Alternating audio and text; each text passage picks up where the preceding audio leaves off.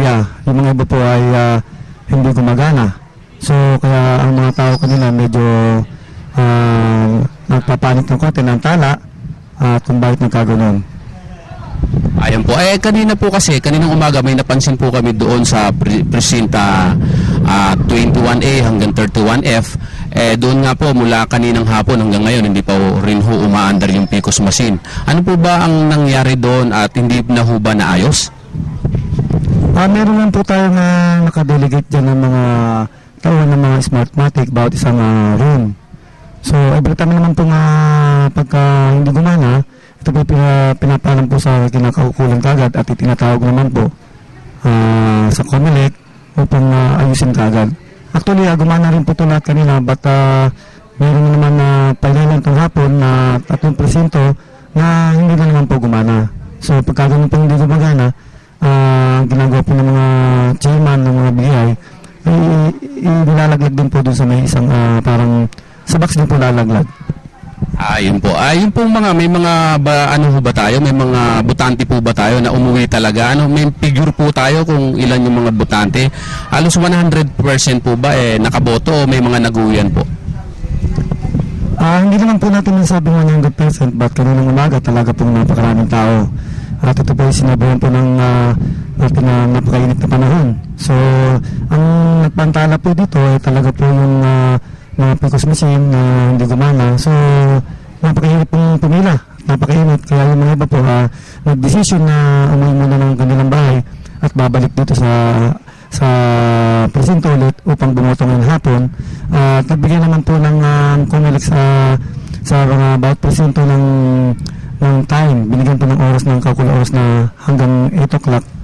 Pwede po na extension pa po. Yun po, ibig sabihin po, nagkaroon po ng extension ng pagboto ngayong araw na to. Paano naman po yung peace and order na ginawa po ng ating mga tanod o mga kasamahan po natin nandyan sa pulisya? Yes, kung tungkol pa naman po sa peace and order, wala naman po nangyari na kaguluhan o panic. But unang-una lang po, sa dami nga po excited, siguro yung nakikita ko ay yung sa traffic lamang po, yung pag-arrangement ng sasakyan, yung kasi po yung pumasok na umihinto na lang po sa may gitna sa loob po ng compound ng presinto sa eskwelahan. Yun po medyo naging isang problema lang. But pinipilit naman po namin na ayusin din ito at ngayon naman po medyo maluwag na. Pero naghihintay pa po kami mga opisyal dito hanggang mamayang gabi. Ayun, maraming salamat po Kapitan Esteban Jr. sa mga binigyan niyong linaw lahat ng mga dumating na problema ngayon sa eleksyon na ito. Mula po dito sa Kawayan City, Isabela, kasama si Ronnie Callado, ako po si Bal Valenzuela, nag-uulat para sa Halalan 2010. Ngayong hapon po ay ating kakapanayamin si Ismael Atienza, tumatakbo bilang board member po ng 3rd District ng Isabela.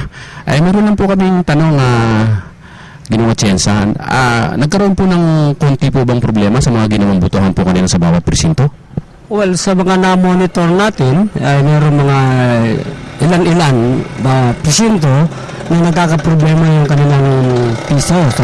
Pero nare-remedyo naman nila sapagkat meron namang sabi manual counting and at the same time sineset naman nila yung mga pumapasok na balota sa mga makina.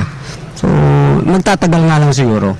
Ayun po. Kasi po kaninang umaga, napansin po namin sa dami po kasi ng mga bumoboto, siguro po nagkasabay-sabay, ang dami po nagre-reklamo kasi may mga sumisingit daw po sa mga pila, tapos yung iba naman daw po, yung PCOS machine nga po ay nagkaroon ng diferensya.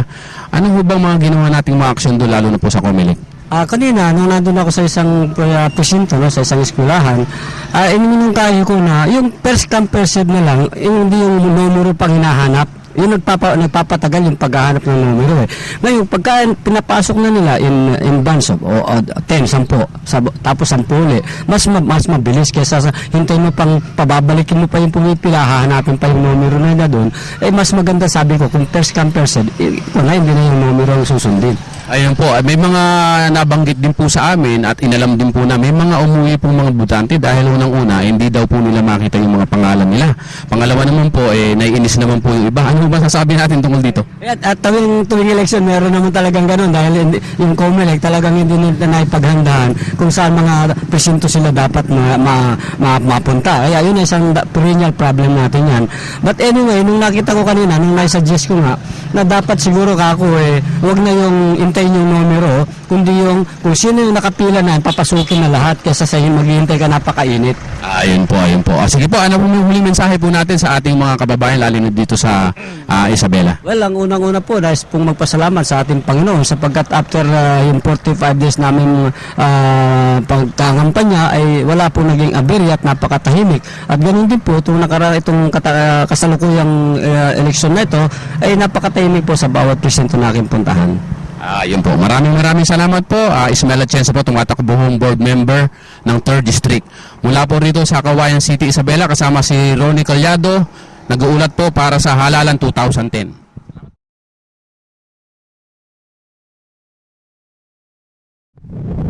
Ngayon po ay ating kakapanayami ng tumatakbong gobernador po ng Isabela, si Boji D. Magandang hapon po, Kong. Kanina po nakita po namin kayo sa presinto na nakapila. Ano po ba ang napansin yung naging problema po doon, Kong? Unang-una po rito ay yung ibang Pico machines ay wala nga signal. Out of the 10 machines ay isa lamang po ng machine na gumagana.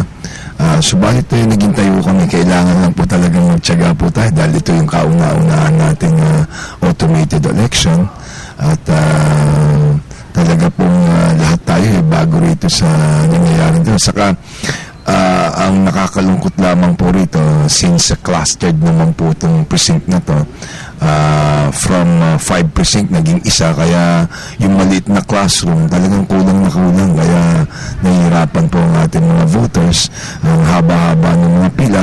Mas pagdating pa rin sa pagka sila na yung haharapin ng ating mga naka-assign dun sa mga precinct, minsan hindi pa makita yung pangalan. Kaya ito yung mga nangyayaring dito sa ating yung kung saan ako bumoto kanina umaga. Ayun po. Sa mga PCOS machine po, speaking of PCOS machine po, kanina po nung nandun din po kami, yung iba po naayos naman po yung mga PCOS machine. Yung isang presinto na lang po hindi talaga naayos. Meron ho bang ginawang action dito ang COMELEC? Ay siguro po, no? At halos sabay-sabay naman nagkaroon ng signal kanina. Siguro nga po na-delayed lang po yung subalit yun din ang monitor na namin. Later part in the morning, nagkaroon na nga ng signal yata yung mga iba't ibang mga machines. Ayun po, may mga nagrereklamo pong mga botante kanina na mahaba nga daw po yung pila, at yung iba ho nagsiuwian na yata. Sa inyo pong figure, lahat po ba kaya nakaboto dito sa atin? Sa tingin ko hindi, no, kung magiging mababa. Pero hopefully ngayon dumadami na naman, marami na naman pumipila sapagkat na-extend naman up to 7 o'clock. At siguro kanina umaga dagsaan lang sa dahaba ng mga pila, kaya naman siguro nainip.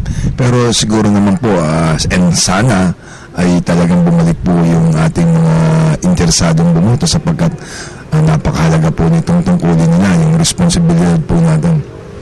Ayun po, huling mensahe niyo po, Kong, sa ating mga kababayan dito sa Isabela. Konting pasensya lamang po, talagang ito yung kaunahan na ganitong nangyari po sa halalan ng ating buong republika, at hindi lamang po sa ating lalawigan ng ganitong naiinkwentro mga problema, kundi sa saan man pong lugar sa ating bansa talagang nagkakaroon ng ganito pong problema. Ayun, maraming salamat po, Kong. Ayun po. Mula po dito sa Kawayan City, Isabela, kasama po si Ronnie Calyado, ito po si Bal Valenzuela, nag-uulat para sa Halalan 2010.